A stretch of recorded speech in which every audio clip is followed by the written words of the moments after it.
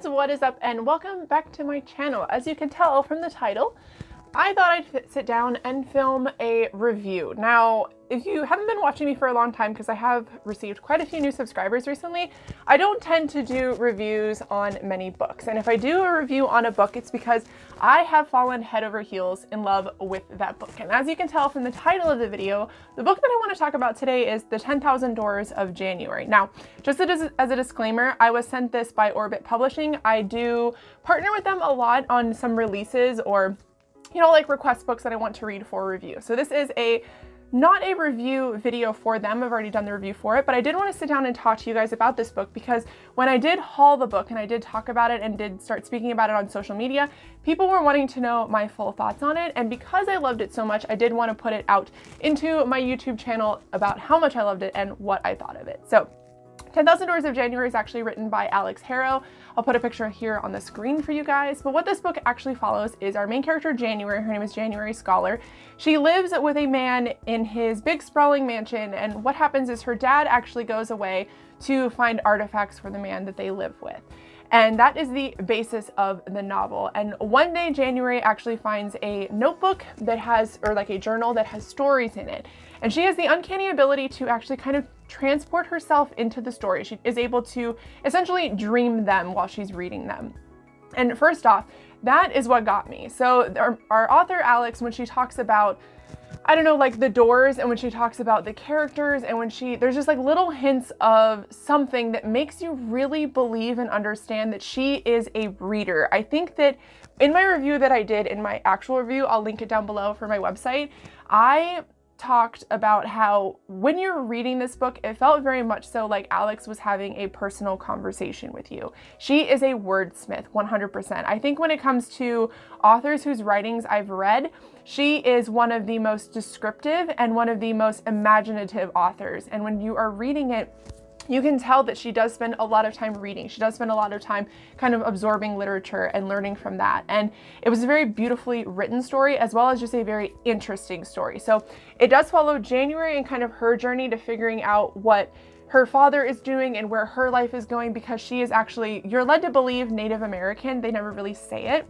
but it is written, from what I've gathered, the early 1800s. And so the man that she lives with does kind of try to like dress her up and make her seem more, like well-mannered. And a lot of the times the people that he has to his house are very blown away by the fact that an Indian girl lives with him, and it's very beautiful. But the other part of the story, what it actually follows, is our two other main characters, and they have like a long lost love story. And the girl main character, she is out one day and she's walking around in a field and she finds a door in a broken down abandoned house in the prairie. And she opens it and she kind of sees this, kind of like deserty location on the water, and she just closes the door, and somebody shows up later on and actually tears the door down, but not after a man actually comes through the door and says, "Meet me here tonight," because they kind of have like a little bit of connection. He says, "Meet me here tonight and I'll take you back, since you don't believe that my, home exists." And the door is torn down that night and they are separated. So the other part of the story is actually them trying to find each other through these doors. So these doors exist essentially in weak parts of what I call the veil, but they are like weak parts in our modern day, or in the world that we live in. And they lead to other essentially parallel universes. And that really got me with this story. I think that the characters are my favorite part of this. There's a lot of talk about what it means to essentially not be white in the time that they live in, what it means to be an interracial relationship, because our other two characters that fall in love, one is obviously Indian and then one is just a plain old white girl. And it was just so breathtaking and beautiful and so much fun to read. It is actually one of the only books I've ever really felt the need to like draw in. It's something, as you're reading it, you can really picture what you're reading. Like as Alex is describing little towns, or she's describing like certain characters in the book or certain like artifacts in the book, you can really picture them. And I definitely tout her for doing that. Obviously, if it wasn't her writing, I wouldn't be able to picture it, but it's definitely one of those books that really makes you think at the same time, because our main character January does struggle a lot with finding out who she is, and she's one of the most well-developed characters I've ever read. So from the beginning of the book, when you first start reading it, it does take place when she's like 7 or 8 years old, and then later on she's obviously like an older, like early 20s or beginning of her early 20s character. So you get to kind of experience all of that with her, and you get to experience things from her dad's perspective and from her mom's perspective and from like other characters' perspective. And I really, really enjoyed that. And the part about it, another part about it that I really liked is it's just steeped in magic. There's so much magic in this book.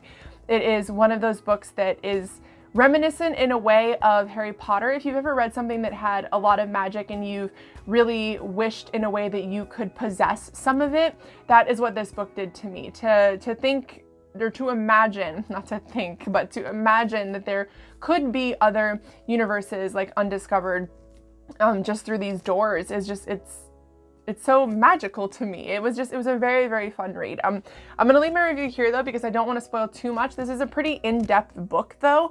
It has a lot of, it's only told from one point of view, but it does have a lot happening in it. There's a lot of bad guys that you don't necessarily expect, and there's a lot of hidden magic, and as you keep reading like every other chapter or so, there's a lot that is kind of like unearthed in the story, and it's a lot, but it does come out in September. I will leave a link to it down below if you guys want to check it out before you get it. And like I said, I will leave my full review that I did on my blog down below, which also leads me into, I redid my website completely. So if you stumble across an old video and you find JESREADS.com, that's actually not my website anymore. It is now Jess Reads Books. I did finally, after 2 years, get the domain name that I wanted that kind of does match all of my other social media. So the review is also there, or will be there by the time I get this video up, if you guys would like to check it out. But I love you so much. Thank you for listening to me ramble on about this book.